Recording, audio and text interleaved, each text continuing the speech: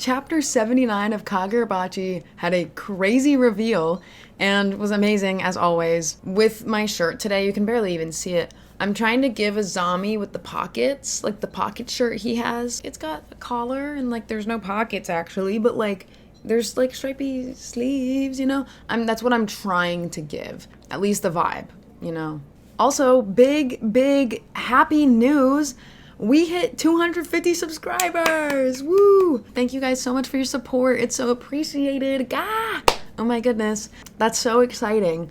Let's make a long shot, fun little thing. Let's try to get to 300 before the end of May. The end of May is my birthday, by the way, May 31st. So let's see if we can get to 300 by May 31st. It definitely will not happen, but maybe if I like try to speak it into existence, we'll get at least a little close, you know? We're like kind of almost there, so maybe, who knows? Maybe I'll get a late birthday gift. We'll get it in June or something. But let's just say May for funsies. I think this might be a short one today, maybe. We'll see. I guess we'll see. But buckle up, and we're about to get into this chapter. Not review. I don't know. My thoughts. Let's get into it. Okay, so in this chapter, we actually get a Kamunabi name reveal. Kudo, the guy Hakuri's with, like, we actually got a Kamunabi name. Like, since when do we get that? Fun. But who we should really be talking about is the man next to him, our beautiful beloved nosebleeder, Hakuri Sazanami. Of course, we were so happy he's back last time. He starts the chapter, he opens the chapter up for us, so good day for the Kagurabachi girl. And he's so cute in this chapter, he's so cutesy, he always is. He is always so eager to help, but like, you gotta take care of yourself, bestie. Like, someone needs to have a long conversation with him. And of course, he's longing for Chihiro when he's mentioned. Me and my sister both laughed at that.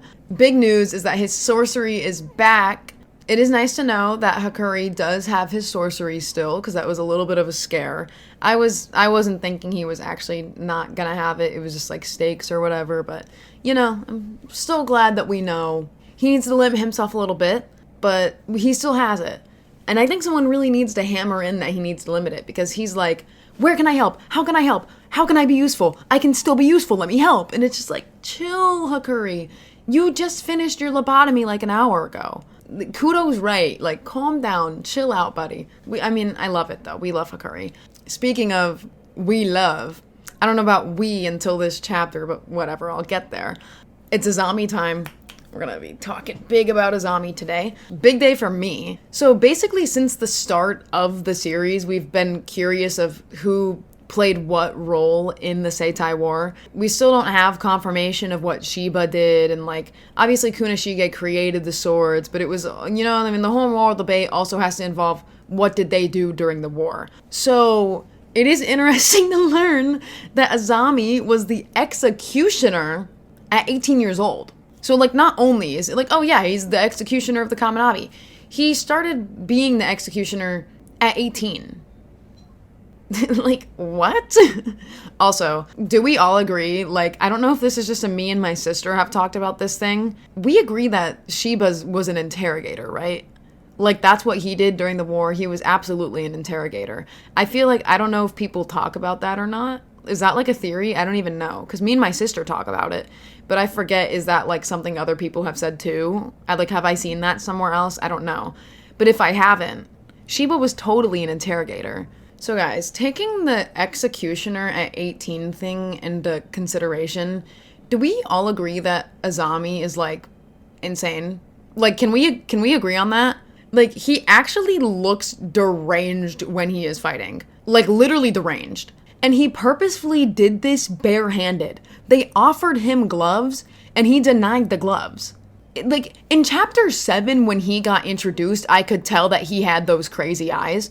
Executing by assault and battery instead of any other method in this, like, universe that they could do, like a distant sorcery or, like, there's swords are a big thing. Guillotines surely exist. He's fighting an actual threat, so, like, here it's a little different, but, like, they say he executes from assault and battery. That's what he does. Is that not insane? Like, is that not crazy? No, everyone's like, oh, it's so cool. I mean, yeah, like, I'll be the first to gas up Azami, trust me, and we'll get there again. But, like, is that not crazy? In that case, what the fuck is the Kamunabi doing, bro? Because they had an 18-year-old, I'm guessing he was doing this when he was 18 too, executing people by assault and battery at 18 years old? Like, there's no way that he's okay in the head, right? Like, you've got an 18-year-old beating people to death with his bare hands. I know I just brought up the whole question of what was going on during the war, but now we know one of the answers was assault and battery executions. Like, what the fuck? And this is Kunoshige's bestie, mind you. Like, this is oomph. And I love Azami, don't get me wrong. But, like, he's gotta be fucked in the head. Like, there's no way. Like, what is actually wrong with him? I need him. But, like, what? Like, I mean, maybe I could fix him, but I don't want him fixed, actually. But, like, what? Knowing this, I, like, pray to God that Shiba and Kunoshige weren't matching Azami's freak during the war. But, like, let's be real, they most definitely were.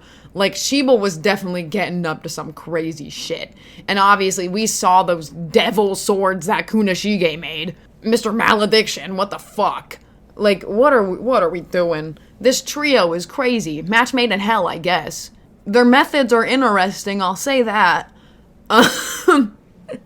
Match made in hell because that's where they're going, is what I'm saying. That being said, love them. So people have been wondering if the music was to amp up sorcery or something, but I think it's funnier to imagine that the music is literally just for aura or like funsies. Like, yeah, we have music because it's funner. Like, we like that. Funner is not a word. Oh my gosh. But, like, isn't it funny to imagine, like, yeah, no, the executioner wants classical today. Like, oh, Azami, you kill me. Azami's first name reveal, it's Soshiro? I might be saying that so wrong. I'm sorry. Soshiro is how I'm gonna say it until someone corrects me. But Soshiro Azami. And I think that's so cute. My little executioner with his cute little name.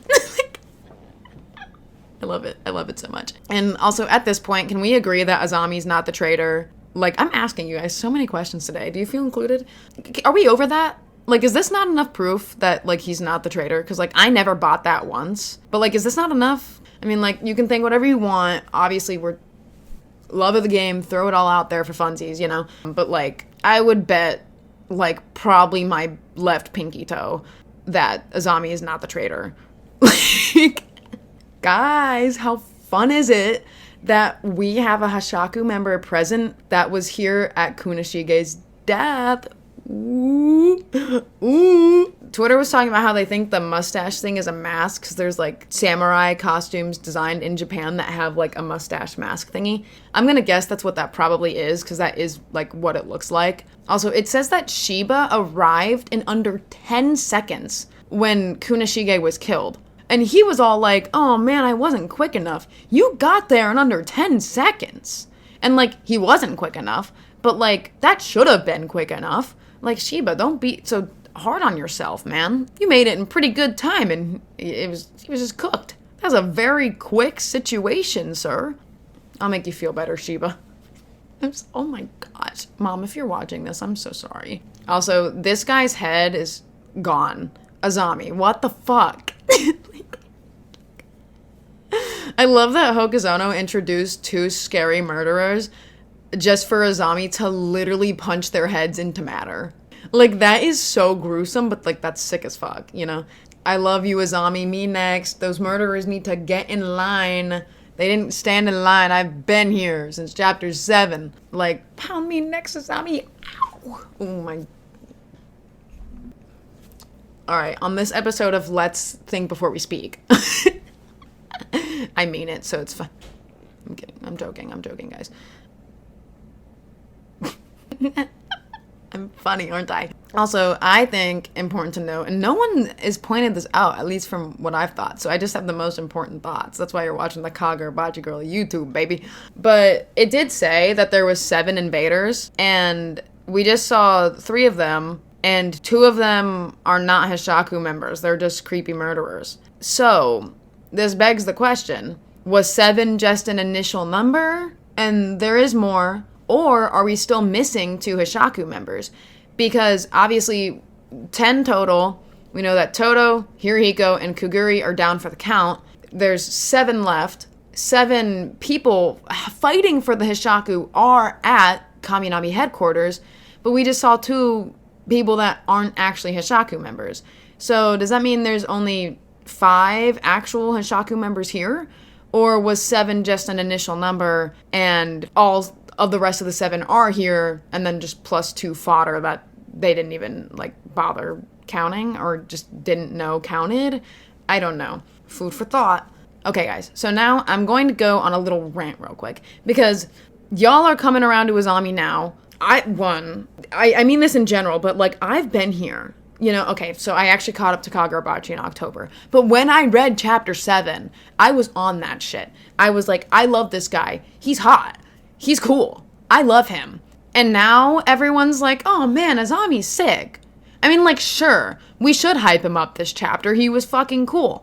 But he's always been cool. We've known this. We've known this. At least I've known this. Everyone's like, Azami apology form. I don't need to sign that shit. I've been here. Also, I want to note that my notes that I wrote for this video, this was the first point that I wrote, but I literally wrote like chapter 7 or whenever he's introduced. And then it was actually chapter 7. Like when I went back and looked, I was like, oh my gosh, I knew that from memory. Like, does that show my dedication to this man? Like, I've been here. You've got to believe me. You can go back to some of my re-uploaded videos where Azami wasn't even present, but I was like, ooh, Kamunabi invasion incoming? Mr. Hot Man Azami. I know this has got you written all over it, and I was right, and now everyone's like, I love Azami. Since when, bitch? I'm getting defensive, and I can't gatekeep a character. I'm glad people are coming around. You know what? I'm glad that people are like, you know what? He is pretty cool. He always has been. But you know what? I'm glad we eventually came to the same conclusion. I just want to say that I was here first. If you didn't love him at him not noticing his hand got stabbed, then you don't deserve him at his executioner or farming. I'm sorry. I'm kidding. We can share the love. So that's all I've got to say about this chapter. But I'm wondering what we think about next chapter. Honestly, I mean, I think we're going to see Azami kick some more ass. And I think that Hakuri will probably get some more stuff as well, maybe. Honestly, I don't know if we'll be cutting back to Chihiro and Samura yet. We might still be with the Kamunabi. Maybe we'll get a little Shiba, because he's not here, but like teleporter things, you know. Hiyuki would be cool as well. I don't know if we'll get them this chapter, but I think soon. I can feel it in my bones, you know? Not the animation studio. I'm funny. I think an Azami and Hakuri duo would be so funny, because like you've got Mr. Executioner, scary man, and little baby itsy bitsy Hakuri. I think they'd be a funny duo together because they're both goofy. Also, I didn't point it out before, but in my last video I was ranting about my camera and Vespa and all the things. I got my camera. Do we think that looks nice? I think it looks pretty slick. If you like hearing me talk, I talk on a podcast now. I talk on a podcast called the Kamunabi Headquarters. Well, the first episode's up. And we have 2 more episodes filmed. We have some fun over there. We have some fun. So if you want to hear me and a few other people chat, I'm going to plug that. It's pretty fun. There's that if you're interested. And subscribe to me as well. Because we want to get to 300 before my birthday. Because you guys love me. I like Azami. You should like Azami. You should also like this video.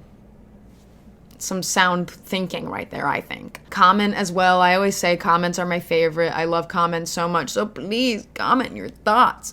I love to see it. I think that's all I have to say for today. Thank you so much for watching. I hope you have a great day. Bye.